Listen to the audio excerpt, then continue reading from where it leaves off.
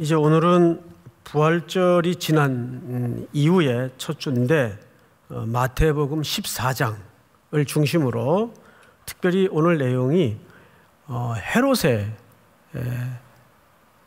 이야기와 그 헤롯에 의해서 죽음당한 요한의 이야기가 소개되어 있습니다. 사실상 오늘 이 이야기는 지난주 부활주의를 결말짓는 하나의 완결편이라고 해도 틀리지 않습니다. 우선 첫 절부터 좀 보도록 하죠. 그때에 이 표현은 마태복음에 모두 3차례 등장을 합니다. 이 그때라는 용례는 앞에 문단의 문맥을 고려해야 된다는 뜻이 되기도 해요. 그래서 우선 내용으로 들어가기에 앞서서 그러면 앞에 문단이 어떤 내용이 있었는가를 좀 한 장을 들추어서 보도록 하십시다. 마태복음 13장 53절서부터 58절까지 보면 무슨 내용이 기록되어 있죠? 예수님이 제자들을 데리고 고향을 방문한 기록입니다. 근데 이 방문이 유쾌한 방문이었습니까? 매우 불편한 방문이었습니까? 굉장히 불편했죠. 마을 사람들이 또 건너 혈연들이 예수님을 잘 알고 있다는 그 선제적 지식 때문에 오히려 아이러니하게도 예수님을 배척하는 일들이 벌어졌어요. 그래서 여기서 배척이 돼서 떠납니다. 그때에 그러니까 지금부터 마태복음 14장에서 이어지고자 하는 이야기는 예수님이 마을 사람들에 의해서 특별히 고향 사람들에 의해서 배척당하는 연장선에서 이해를 가져야 오늘 본문이 정확하게 해석이 될 겁니다. 자, 그러면 14장으로 넘겨보십시다. 그때에 분봉왕 헤롯이 예수의 소문을 들었어요. 여기 분봉하고 왕이라고 되어 있죠. 왕. 근데 엄밀한 의미에서는 왕이 아닙니다.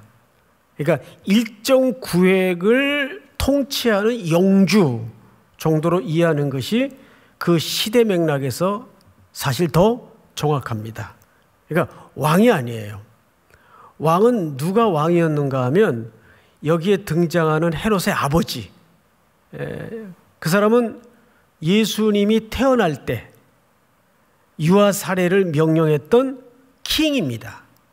그 왕은 유대인들이 만들어 세울 수 있는 왕이 아니고 죽은 국가인 로마 황제가 임명을 해야 되는 왕이에요. 그래서 예수님 태어날 때 그 왕이 유대의 왕입니다. 이스라엘의 왕이에요. 근데 그가 통치하다가 죽어요. 그리고 이제 나라를 4등분해서 로마의 허락을 받아 한 아들이 한 구역을 맡아서 통치를 할 수 있도록 영주 개념으로 맡긴 거예요.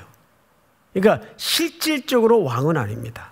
4분의 1 해당하는 영지의 통치자죠.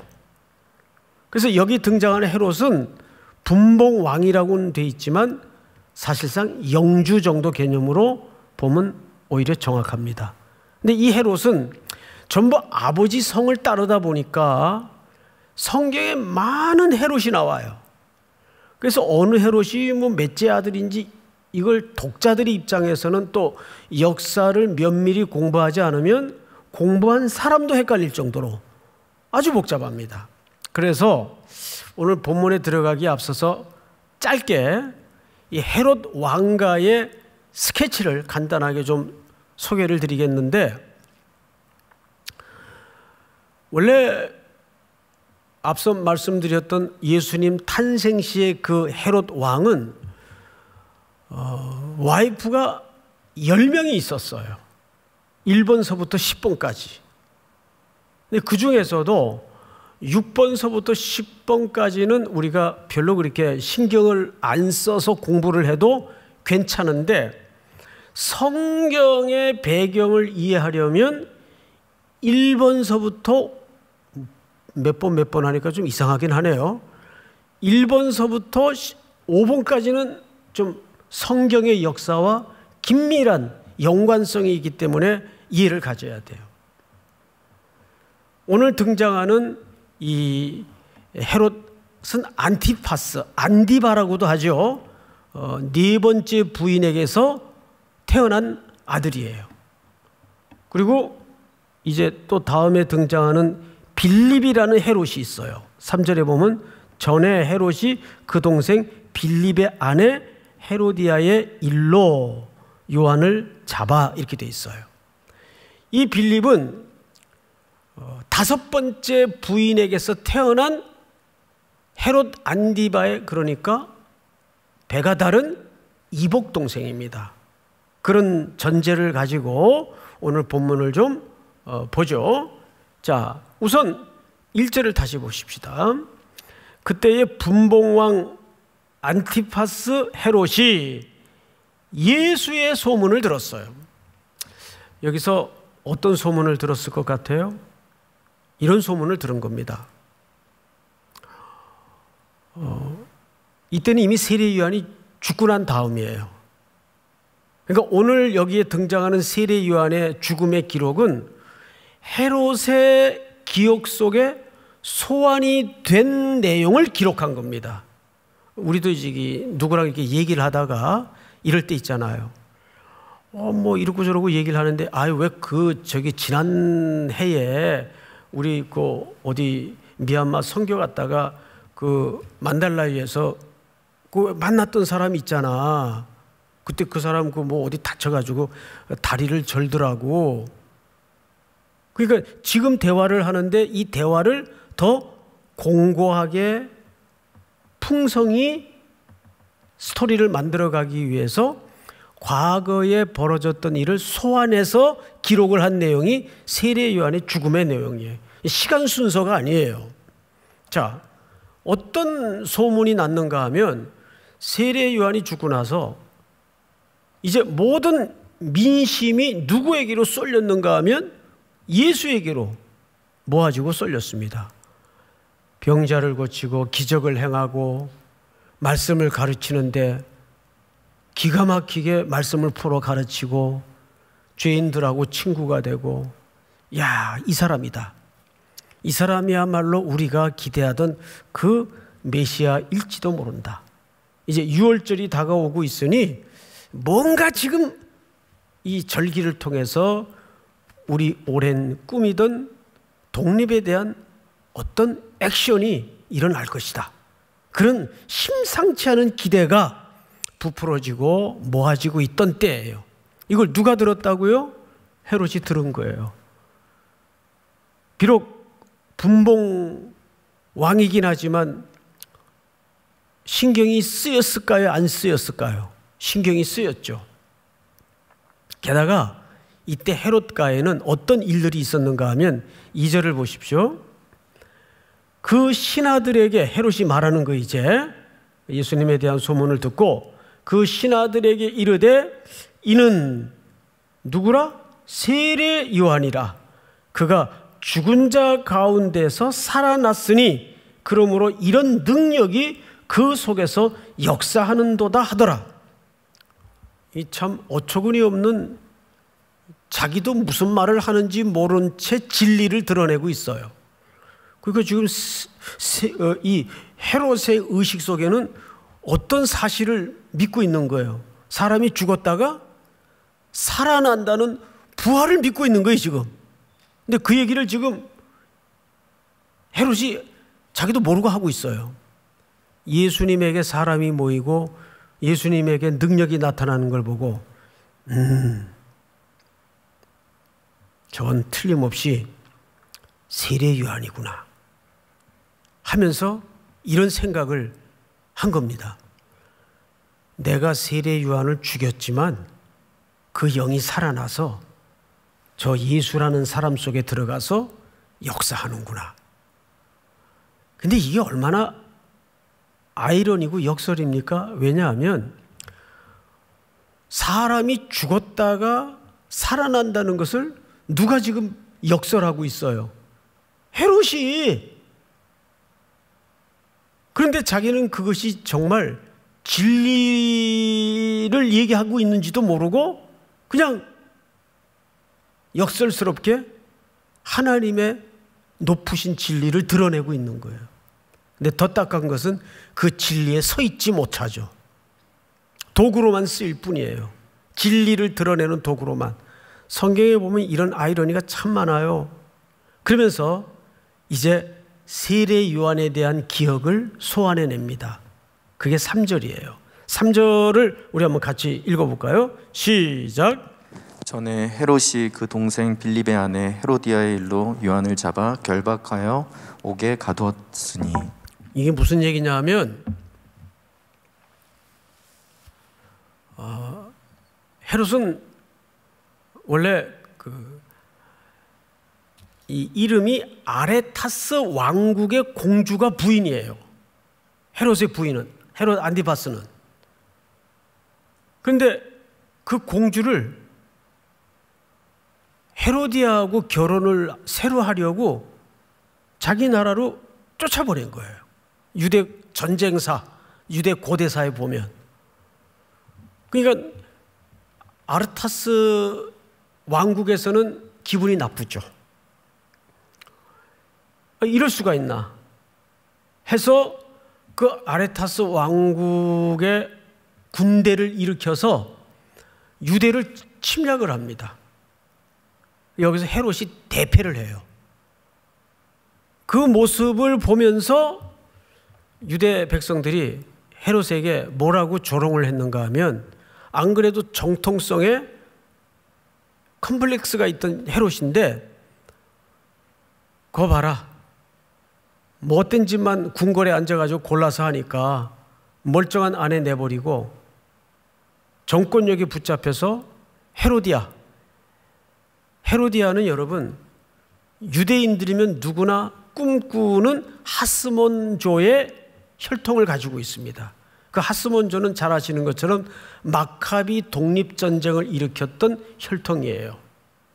그러니까 그 혈통은 이스라엘 땅에서 최고의 혈통으로 추앙되곤 하던 집안이에요.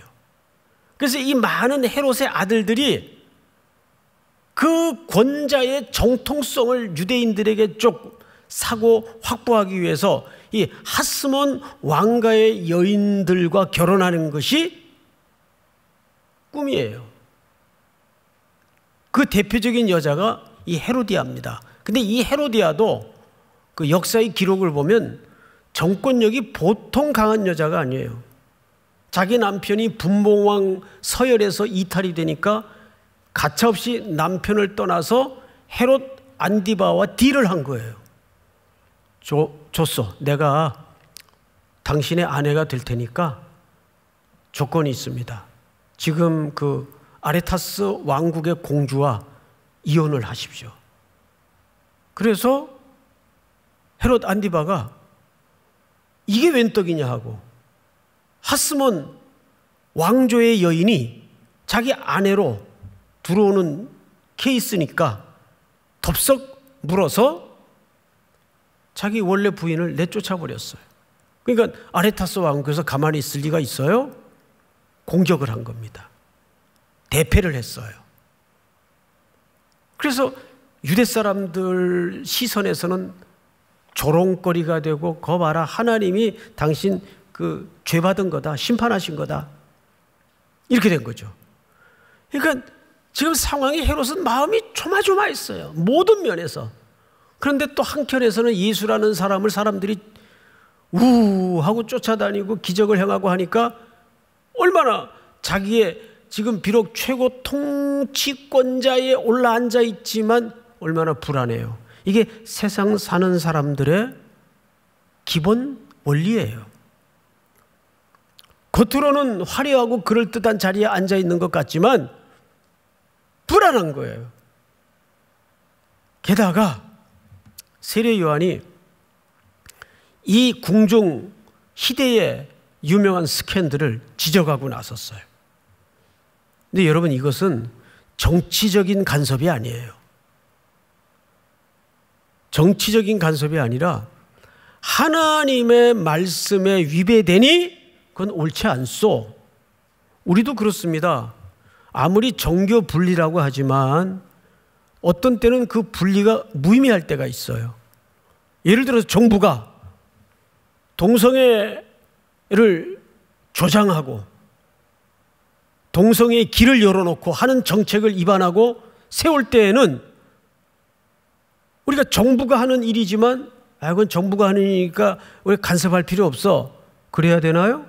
아니죠. 그때는 우리가 정부보다 더 높으신 하나님의 말씀의 원리를 기초로 얘기해야죠. 그건 옳지 않습니다. 항변하고 주장하고 말해야죠. 지금 헤롯이 그런 엄청난 죄악을 궁궐 안에서 저지르니까 요한이 정치적인 간섭을 한 게 아니라 레위기에 있는 하나님의 말씀을 기초로 지적을 한 거예요. 이건 하나님의 백성으로서 옳은 행동이 아닙니다. 그럼 어떤 일이 벌어졌나요? 그 헤롯과 함께 이 스캔들의 주역이 되는 그의 새로운 아내 헤로디아가 요한을 원수같이 여겼어요. 성경을 한번 볼까요? 누가복음 6장 띄워주세요. 분봉왕 헤롯이 이 모든 일을 듣고 심히 당황하더니 이는 어떤 사람은 요한이 죽은 9장 7절이 아니고 6장 마가복음 6장 제가 누가복음이라고 그랬죠? 제 실수입니다. 헤로디아가 요한을 어떻게 여기고자 원수로 여기고 죽이고자 했어요. 왜? 헤로디아도 사실은 권력욕에 붙잡힌 여자거든요. 그래서 자기 남편을 버리고 기꺼이 헤롯 안디바에게 시집을 간 여자예요. 근데 시집 갈 때 홀몸으로 간 게 아니라 딸을 하나 데려갔어요. 그 딸 이름이 유명한 살로메입니다. 근데 이날은 헤롯의 생일날이에요. 어떤 일이 벌어지는가 한번 보세요. 죽이고자 하였으되 하지 못한 것은 헤롯이 요한을 의롭고 거룩한 사람으로 알고 두려워하여 보호했다라고 돼 있어요. 여러분, 이 참 재밌죠?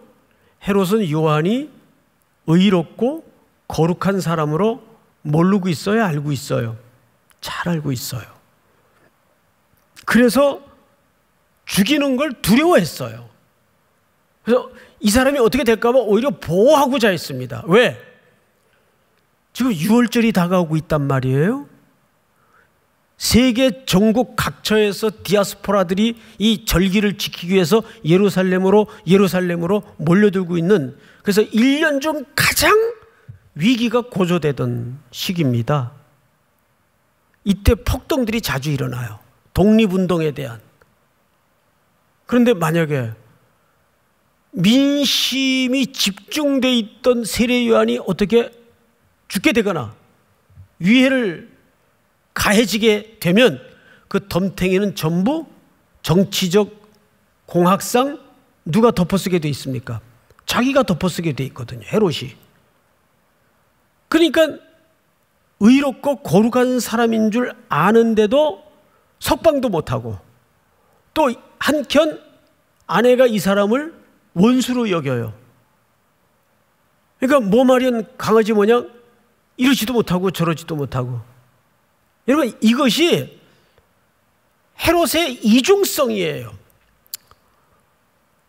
그런데 이 헤롯은 오늘날 현대인들의 자화상이기도 합니다. 노차니 아깝고 붙들고 있자니 양심의 가책이 되고 이런 거죠. 그런데 사실 이런 내면의 갈등과 양면성이 우리 그리스도인들에게는 없나요? 많습니다. 굉장히 많아요. 그래서 이 헤롯의 이중성, 헤롯의 양면성은 현대인들의 자화상일 뿐만 아니라 우리 속에 저 은밀하게 밑바닥에 감추어진 또 하나의 들키고 싶지 않은 우리 자아상이기도 합니다. 성경을 좀 마저 읽어드릴게요.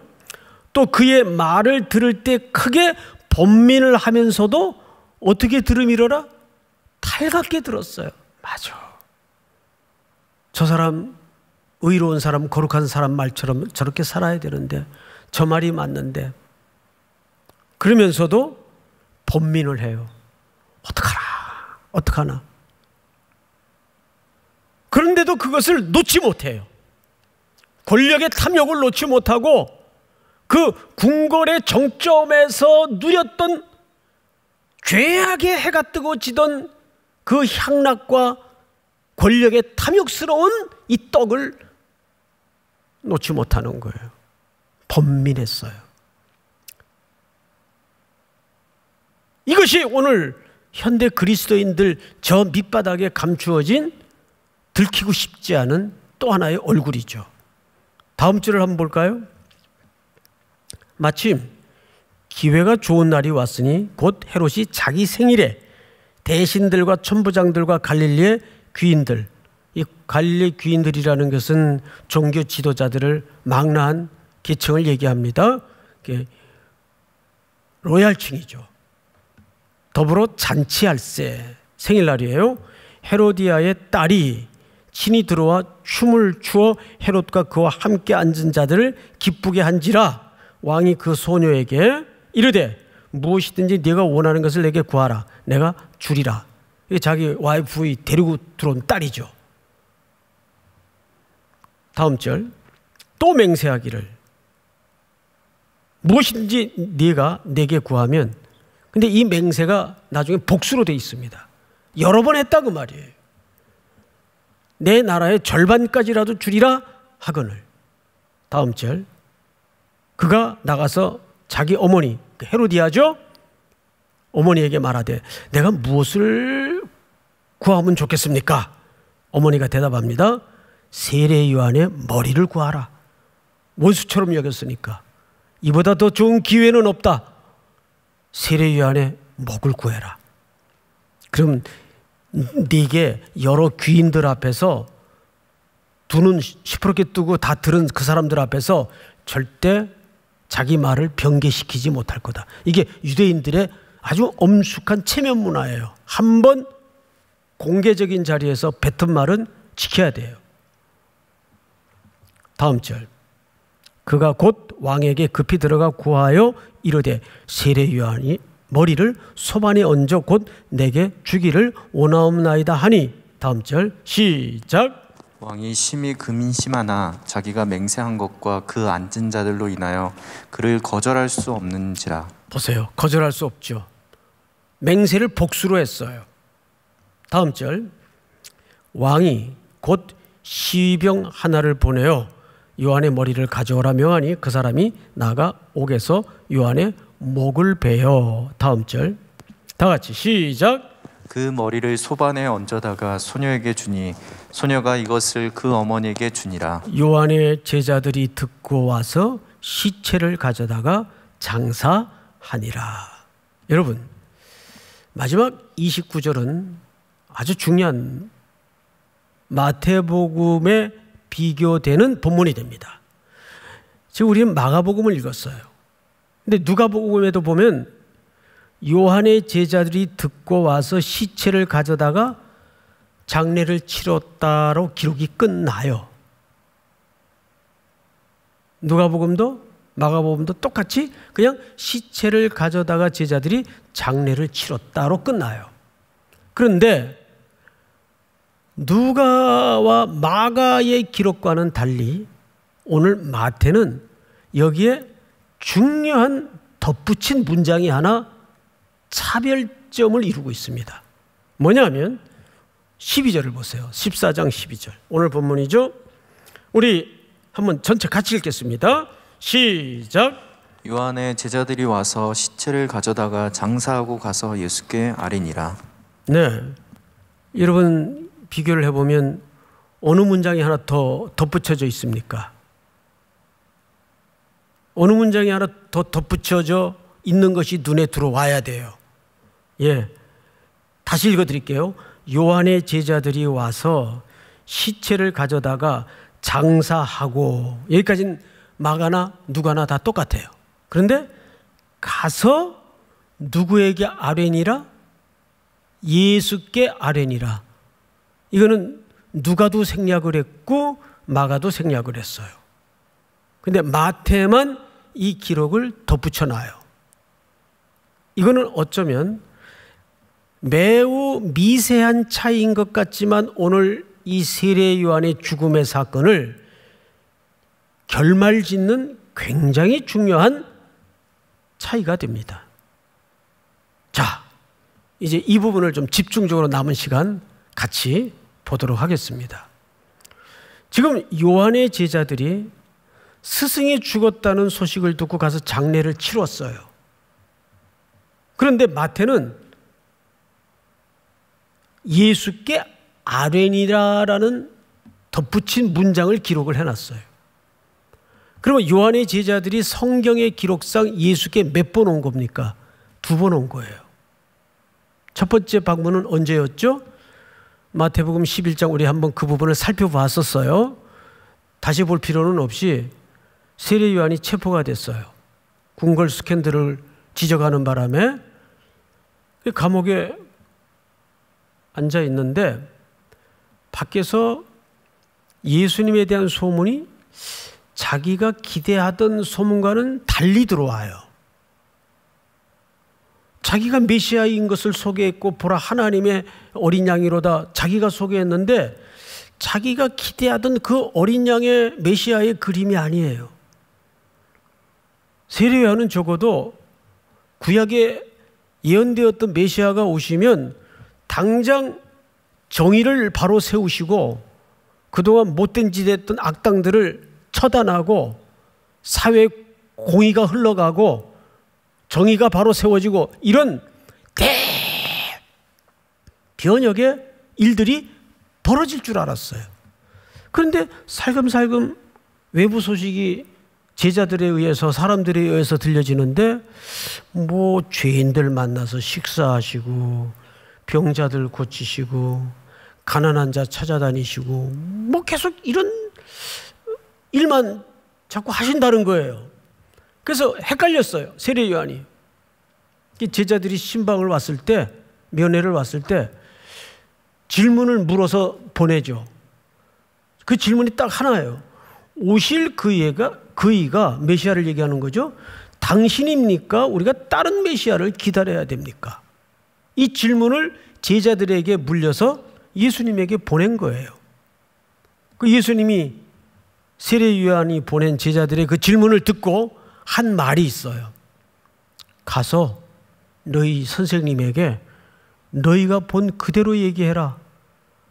말 못하던 자가 말을 하고 보지 못하던 자가 눈을 뜨고 걷지 못하던 자가 일어나면 어둠에 광명이 비치고 너희가 본 그대로 얘기해라. 그러면서 돌려보낼 때 알 듯 모를 듯한 말을 함께 물려보냈어요. 그 부분을 제가 읽어드릴게요. 누구든지 나로 말미암아 실족하지 아니하는 자는 복이 있도다. 그러니까 이 얘기를 듣고 세례 요한 제자들이 돌아가면서도 이게 뭔 소린가 답답했을 거예요. 나로 말미암아 실족하지 않는 자는 복이 있다? 이게 뭔 소린가? 그 얘기를 전달받은 세례 요한도 이게 뭔 소린가? 답답했을 거예요. 애매하기도 하고 모호한 말씀이란 말이에요. 뭐 그래서 어떻게 됐다는 얘기냐? 근데 그 사이에 이 궁금함이 풀리기도 전에 세례 요한은 쟁반에 목이 얹어져 순교를 당합니다. 그리고 제자들은 그 소식을 듣고 달려와서 장례를 치렀어요. 그런데 여기에 더 중요한 것은 이 소식을 세례 요한의 제자들로부터 전달받은 예수님의 표정이에요. 오늘 마태복음 14장 12절을 다시 보세요. 제가 읽겠습니다. 요한의 제자들이 와서 시체를 가져다가 장사를 하고 가서 예수께 아뢰니라. 13절 예수께서 들으시고 배를 타고 떠나사 따로 빈들에 가시니 무리가 듣고 여러 고을로부터 걸어서 따라간지라. 자, 앞을 보십시다. 예수님의 표정이 어때요? 아무 반응이 없어요. 이게 사실 더 슬프죠. 아마 세례 요한의 제자들이 스승의 죽음을 예수께 찾아와서 두 번째 방문하여 말했을 때에는 이런 인간적인 기대가 없었을까요? 그리고 이제 남은 희망은 이분밖에 없는데 분기탱천해 줘서 아니 이런 나쁜 지도자들이 있나? 악인의 생일날에 이 땅의 가장 거룩한 의인인 세례 요한의 목을 베다니 좀 흥분이라도 해주고 뭐 쌍욕까지는 아니더라도 같이 좀 분을 내주면 그 슬픔이 위로가 될 텐데 아무 말씀이 없으세요. 게다가 더 중요한 것은 그냥 조용히 배 타고 다른 빈들로 나가십니다. 일행들은 걸어서 쫓아서 빈들까지 걸어가고. 자, 왜 그러실까요? 그 소식을 예수님이 들어놓고도 왜 그러실까요? 이 침묵의 스케치가 더 예수님에게는 아픈 모습이었을 거예요. 그러면 우리는 첫 번째, 세례 요한의 제자들은 무엇 때문에 이 이야기를 예수님에게 가서 하신 걸까? 한 걸까? 그리고 예수님은 왜 그 소식을 듣고도 담담히 아무 표정을 짓지 않으신 걸까? 왜 그분의 속내를 표현하지 않은 걸까? 자, 우리 마태복음 17장을 띄워주세요. 자, 보겠습니다. 우리 전체가 이거 중요하니까 같이 읽겠습니다. 시작. 내가 너희에게 말하노니 엘리야가 이미 왔을 때 사람들이 알지 못하고 임의로 대우하였도다. 인자도 이와 같이 그들에게 고난을 받으리라 하시니 그제서야 제자들이 예수께서 말씀하신 것이 세례 요한인 줄을 깨달으니라. 아멘. 그러니까 세례 요한의 모든 인생은 구약의 마지막 선지자로서 남아있는 숨결 한 자락까지 누구에 대한 표지판이었어요? 예수님에 대한 표지판이었어요. 예수님이 메시아로 오셔서 어떤 일생과 어떤 죽음을 맞으실 것인가에 대한 예표적 그림이었어요. 몇 가지 중요한 공통점을 한번 건드려 볼까요? 끌려가신 것이 똑같아요. 요한도 결박이 되어 끌려갔고 예수님도 결박이 되어 끌려갔어요. 그리고 두 분 다 모욕과 수치와 고난을 받았어요. 그리고 마지막으로 요한도 죽었고 예수님도 그렇게 죽으세요. 그러니까 예수님은 요한의 죽음의 소식을 듣고 이제 요한은 나의 죽음에 대한 예표적 샘플로서 예수님은 그 소식을 듣고 그 샘플을 이제는 완성하고 성취하기 위해서 골고다 언덕을 향해서 여정을 계속 진행하고 있는 겁니다. 이것이 세례 요한의 죽음과 예수님의 갈보리를 향한 여정의 중요한 고리입니다. 그런데 예수님은 그 세례 요한의 제자들이나 그 시대의 사람들처럼 세상적인 방법으로 복수를 한 것이 아니에요. 입을 열지 않았어요. 잠잠히 도수장으로 끌려가는 양처럼. 그게 이사야 선지자의 예언 아니겠어요? 그러면 우리는 여기서 몇 가지 중요한 결론에 이르게 됩니다. 뭐냐면, 첫째, 우리가 이렇게 답이 없는 길, 고단한 길, 믿음 없이는 버틸 수 없는 길, 이 땅의 보상과 이 땅의 것으로 갚아지지 않는 그런 사막과 같은, 빈들과 같은 길을 걸어가면서 우리가 과연 버텨낼 수 있는 힘이 뭘까? 그것은 부활의 새 생명을 현실의 능력으로 붙잡지 않으면 우리의 오늘 이 버티는 삶, 우리가 정의롭게 살고 하나님 편에 붙들려서 살아가는 이 모든 경주가 무의미해진단 말이에요. 우린 보통 부활을 어떻게 이해하고 있죠? 나중에 영원한 생명을 담보받은 보험증서 정도로 이해를 하고 있지 않습니까? 분명 그날은 올 거예요. 그런데 그거보다 더 중요한 것은 그 부활의 능력이 오늘이라는 현실의 능력이 되지 않으면 우리는 부활을 살고 있지 않는 겁니다. 그것이 먼 훗날의 이야기로서 자리매김을 하는 것이 아니라 오늘의 이야기로 자리 잡아야 돼요. 그래야 오늘 우리가 눈물겹도록 버티고 서 있고 무너지지 않으려고 애쓰고 있고 하는 모든 삶이 의미가 있는 거예요. 여러분, 고린도후서 4장에 보면 이런 말씀이 있어요. 결론, 우리가 이 보배를 어디에 가졌어요? 질그릇에 가졌어요. 이 보배는 그리스도를 얘기하는 거예요. 질그릇은 누굽니까? 우리예요. 우리는 예수를 믿는 희망이 이거 아니에요? 적어도 질그릇 같은 나인 것은 내가 인정해. 그래서 나 같은 질그릇 같은 존재, 예수님이 내주하시고 예수님이 내 안에 살아계신다면 그 질그릇, 이 보배를 모신 질그릇은 적어도 조금씩은 동으로 바뀌고 은그릇으로 바뀌고 뭐 금까지는 아니더라도 금메기 정도는 그릇이 바뀌어야 되지 않느냐. 이런 어떤 세상적 보상이 기독교가 말하는 것이냐 오해할 때가 있단 말이에요.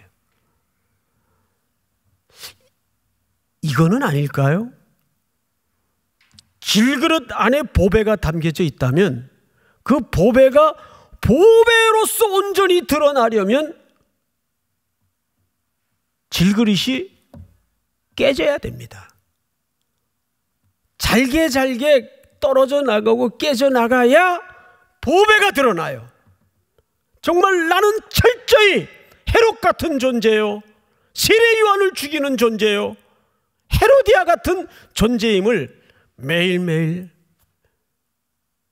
내 안에 짐승이 울듯 자기 자신을 향해서 절망해낼 때 그 질그릇은 깨지는 거예요. 그래야 누가 드러나요? 그리스도의 십자가. 그 십자가 앞에 서야 부활이 약속된다고요. 내가 그리스도와 함께 십자가에 못 박혔나니 이제는 내가 사는 것이 아니요 내 안에 그리스도께서 사는 것이라. 여러분, 고린도후서 4장을 다시 한번 볼까요? 우리가 이 보배를 질그릇에 가졌으니 이는 힘이 큰 능력은 하나님께 있고 우리에게 있지 아니함을 알게 하려 함이라. 우린 자꾸 어떻게 주장을 하고 우기냐 하면, 하나님, 내가 보배를 모셨으니 내 그릇을 좀 폼나게 바꿔주세요. 이게 뭡니까? 질그릇 질그릇도 다 여기저기 이빨이 빠져가지고 볼품이 없잖아요. 이런 그릇 세상에서 취급도 안 하고 안 쳐다보잖아요. 그러니까 은그릇 정도는 해줘야 되는 거 아니에요? 이런 아우성이 우리 속에 있는 거죠. 다음 절을 볼까요? 우리가 사방으로 우겨쌈을 당하여도 쌓이지 아니하며 답답한 일을 당하여도 낙심하지 아니하며 박해를 받아도 버림받지 아니하며 거꾸로뜨림을 당하여도 망하지 아니하고 우리가 항상 예수의 죽음을 몸에 짊어짐은 예수의 생명이 또한 우리 몸에 나타나게 하려 함이라. 다 같이 시작. 우리 살아있는 자가 항상 예수를 위하여 죽음에 넘겨짐은 예수의 생명이 또한 우리 죽을 육체에 나타나게 하려 함이라. 예수의 부활의 생명이 우리 죽을 육체와 우리 죽을 마땅할 삶의 능력과 실력과 보배로 드러나야 돼요. 그러려면 어떻게 해야 될까요? 부활이 먼 나라의 이야기나 훗날에 벌어질 일로 인식이 들어와서는 안 됩니다. 가장 현실은 예수의 부활의 생명이에요. 그 힘으로 오늘을 살아내야 되는데 우리는 자꾸 부활의 능력을 먼 나라의 이야기, 나중 이야기로만 치부한다는 데 문제가 있는 거죠. 사랑하는 우리 성도 여러분, 또 형제자매 여러분, 정말 예수의 부활이 여러분들에게 사는 능력이 될 수 있기를 축복합니다. 사는 진짜 힘이 될 수 있기를 축복합니다. 그래야 오늘의 내 공고한 삶이, 오늘의 내 고단한 여정이 의미가 있어지는 거예요. 할렐루야. 우리 다 같이 일어나셔서 338장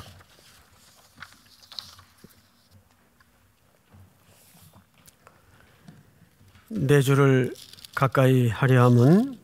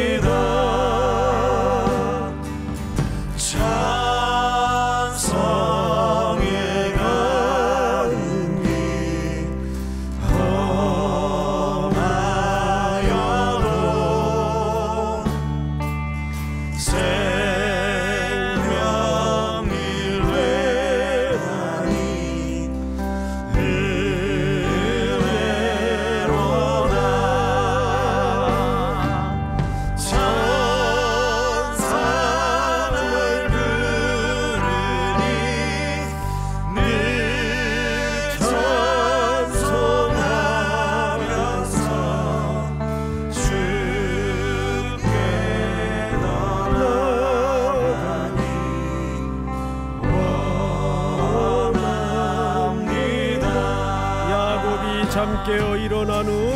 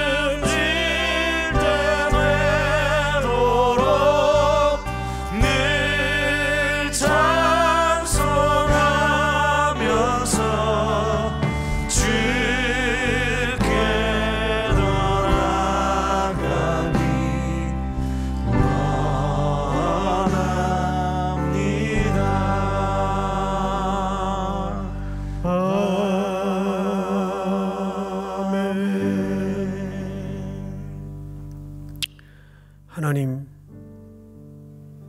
세례 요한의 마지막 호흡까지 그리스도께서 걸어가신 길의 예표가 되었던 것처럼 우리의 남은 생의 마지막 한 걸음까지 다시 오실 주님의 예표가 되게 하시고 앞서 골고다를 향하신 주님의 좇는 제자의 걸음이 되도록 이끌어 주시옵소서. 세상은 캄캄하고 길도 안 보이고 답도 없지만 그 수많은 헤롯들 틈바구니에서 오늘도 부활의 새로운 능력으로, 부활이 주시는 권능으로 또 한 주를 이겨낼 수 있도록 용기와 믿음을 새롭게 하여 주시옵소서. 어둠의 세력이 우리 성도들의 일상을 간섭하지 못하도록 도우시고 우로부터 임하시는 하나님의 능력과 성령의 세임이 한 주를 쭉 이끌어갈 수 있도록 함께하여 주시옵소서. 지금은 우리 구주 예수 그리스도의 은혜와 하나님 아버지의 사랑과 성령님의 교통하심이 머리 숙여 경배를 드리는 모든 3일의 성도들, 청년들 머리 위에 이제로부터 영원토록 함께 있을지어다. 아멘.